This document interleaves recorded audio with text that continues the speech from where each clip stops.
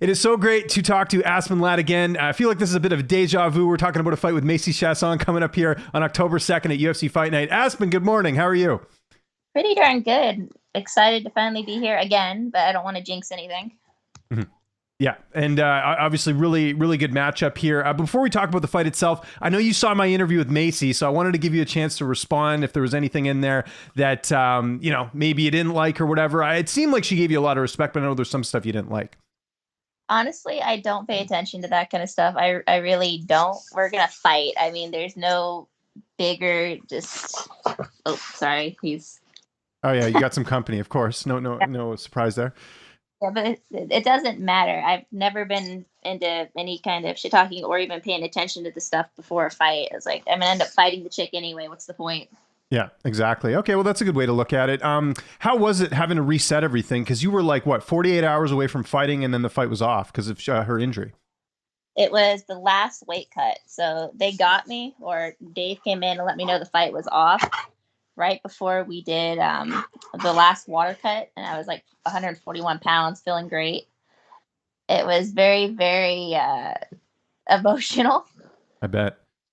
But after that, it was just because we tried to get somebody else to step in. It didn't quite work out, but it's not surprising that close to a fight. Did the best we could. But Absolutely. after just recouping. I was going to ask as well, did you actually get to weigh in or they wouldn't even let you? Because I believe if you do weigh in, they actually pay you, right? Is that like what happened there? Yes, they can. Well, it's everything the UFC does is basically at their own discretion. Some things are in our contract, and yes, if you do weigh in, they have to pay you the show purse. We didn't weigh in, so anything the UFC did was because they chose to do, which is yeah. So far, they've always treated me well in my career.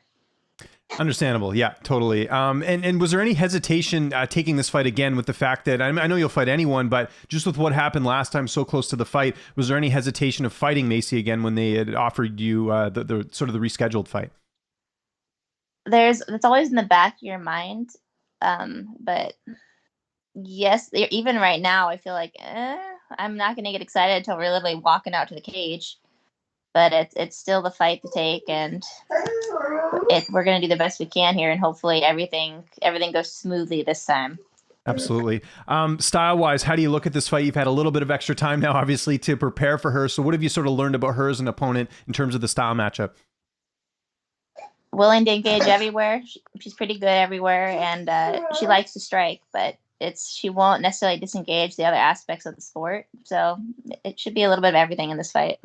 I know it hasn't been a long time since that first scheduled fight. Was there anything specifically over the last, month or so, or however long it's been since that first scheduled fight that you've improved on, that maybe you've leveled up on since we, last saw you? Because I guess that is one benefit of not getting this fight, is that you've had more time in the gym to prepare. I don't know, man, because we've been preparing for it for so long. It's just more of the same. Mhm. I've literally been preparing for this fight, I think, since March. Like, it's been all year. Yeah. So get any more prepared at this point. And kind of on that note, like, how do you go about not overtraining? Because, like I said, the fight was supposed to happen. You have to reset a bit. I mean, you're not someone to go on like a bender or anything, but also you don't want to make sure you're in there too much and overdoing it come fight time. So how do you sort of level things out? Is that, talking to Jim, your coach, or is that how do you sort of balance things out that way? That's more or less my coach is handling it. I mean, training's hard regardless. Getting to a fight's hard. Having to redo everything, get back to a fight's hard. Like, it's rough on the body, but I listen to my coaches and try to mitigate that as much as possible. But it does build up. Yeah. And training partners, who have you mainly got a chance to work with ahead of this fight?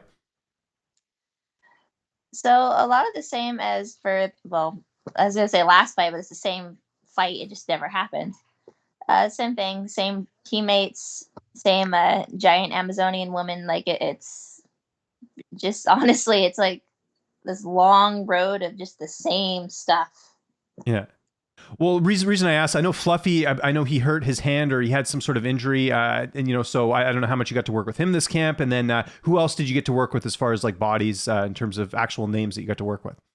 Yeah, no, Fluffy and I don't train too much because he's a giant. Yeah. We're always training, but his partners are big, very large men. Um, No, I work a lot with Adam, Joe, teammates Eric, like it's a lot of people. Yeah, a lot of up and comers, which is great too. Because I've talked to other fighters about this. You know, it's sometimes better to train with sort of amateurs or people that aren't established because there's not that ego. Not that Jim would let that in the gym anyways, but you know what I mean. Like you have people that are obviously still trying to prove themselves. So usually you get better training that way. I don't know if you've noticed that, but I was curious your thoughts. I have a certain number of training partners where I trust them, Yeah. and Jim. So that's kind of a thing you have to build up over time, and that's not everybody. Like once you get to a certain point, you're not just fighting any dude that comes in off the street. You have a select number of training partners that you work with. Yeah, absolutely. And kind of on that note, I mentioned Fluffy. I see his wife's going to be taking an amateur fight. How cool is that? I don't know if you got a chance to work with her at all, but I thought that was awesome. So Christy's awesome. Fluffy got very lucky with her. Yeah, and she's done all kinds of stuff for a lot of her life, but has the kids, has a job, and then she's finally deciding to really do something for her. It seems like, and get in there. I'm excited to see it when she finally does take the fight. Yeah, no, I know it's coming up soon. Weight cut, obviously, with the fact you already cut weight, and then now you have to go back into camp and do all this again. How's all that going? Because I know it's tough on your body when you're having to cut that much weight. Yeah, everything's been going smoothly. I mean, the final water cut, we'll see, but I think it's going to go smoothly as well. I never got heavy, Mhm. So I've been pretty lean for a long time. And last time that was the best cut that I've ever done. So I'm just trying to mimic that one. Yeah.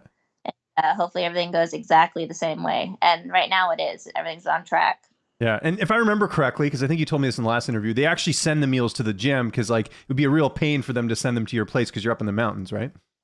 Yes, Ultimate Fitness Food. He delivers to the gym. Has been feeding me for a long time now. Do you have that problem with mail sometimes that stuff can't get delivered to your house because of where it is? Do you ever have that issue? Um, Not necessarily. I'll have issues like when they sent me my COVID test for the last, because you have to take COVID test before you leave. You got to take when you get there and all that. They sent it, and I ended up emailing them that it never arrived, and they told me that it had. And what happened is like the raccoons had taken it and they dragged it off in my yard. They thought they were in it. Like I can't leave anything out, and then they just left it there. It was only a little chewed, but like this weird things that will happen. Those raccoons, they're enemy of the people. I deal with raccoons all the time here in BC with especially with my cat. Like he's scared of them, so he'll take off if he sees them. So they're all over the place. But anyways, and then as far as your cornerman, obviously Jim will be there. Who else is going to be in the cage with you for this fight? Jim West, Mike Guy, and Dave Hirschbein. So manager and boxer. Awesome. That sounds good.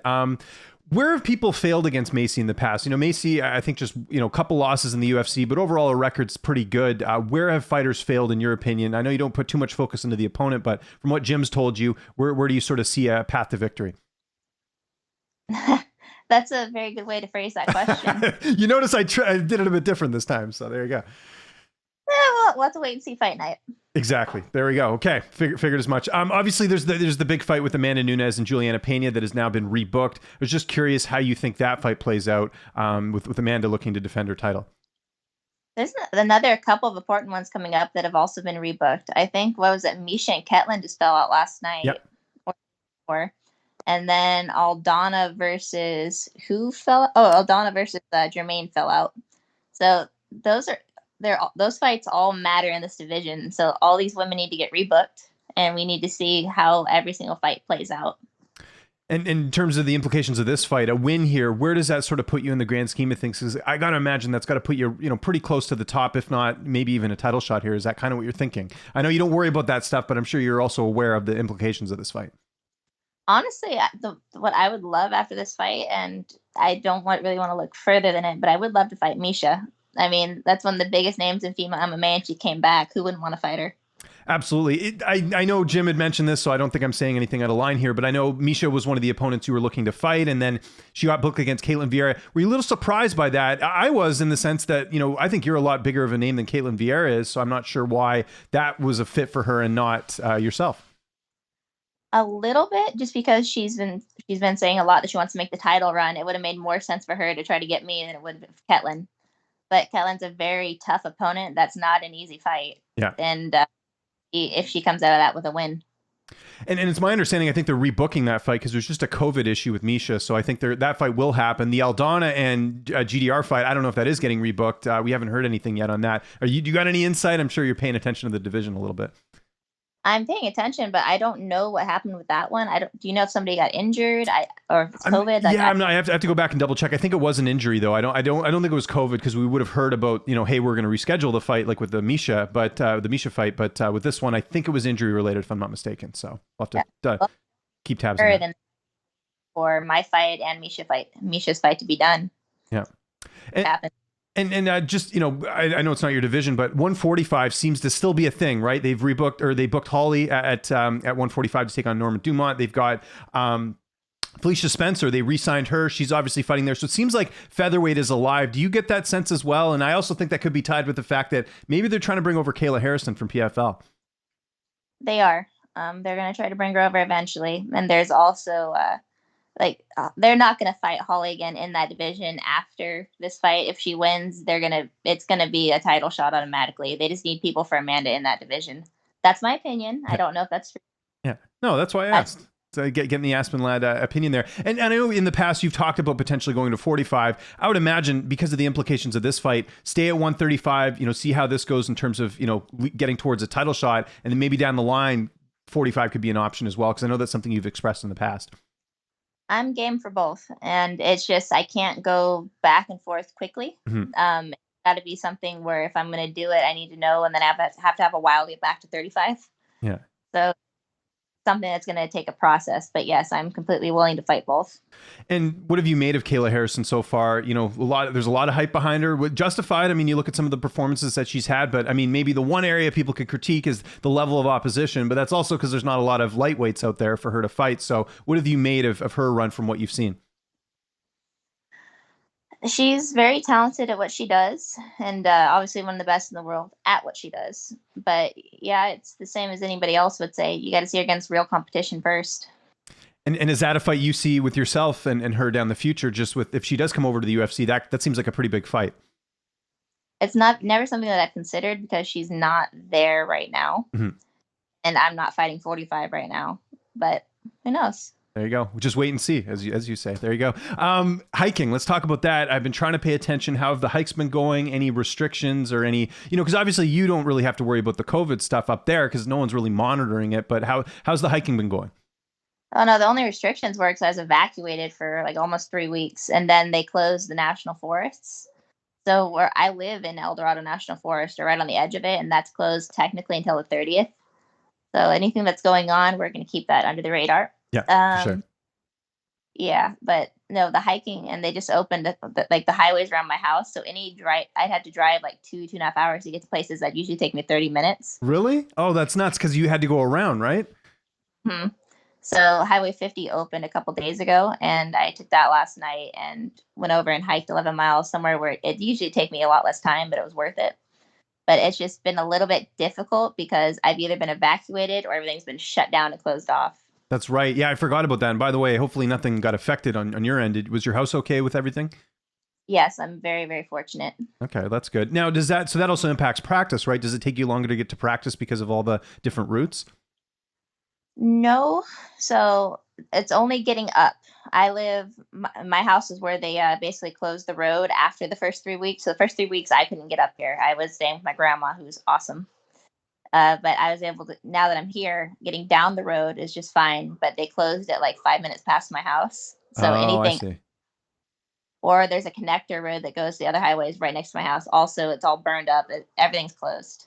That's nuts. Yeah, we actually, believe it or not, we have in British Columbia here, we have forest fire stuff all the time. There's actually one town that like pretty much burned down. It's like a real thing that's happening with all the fires and everything that's going on. So that's good. At least it didn't impact your training, right? You're saying just for hiking, that's where like you would have to do the extra routes and all that, right?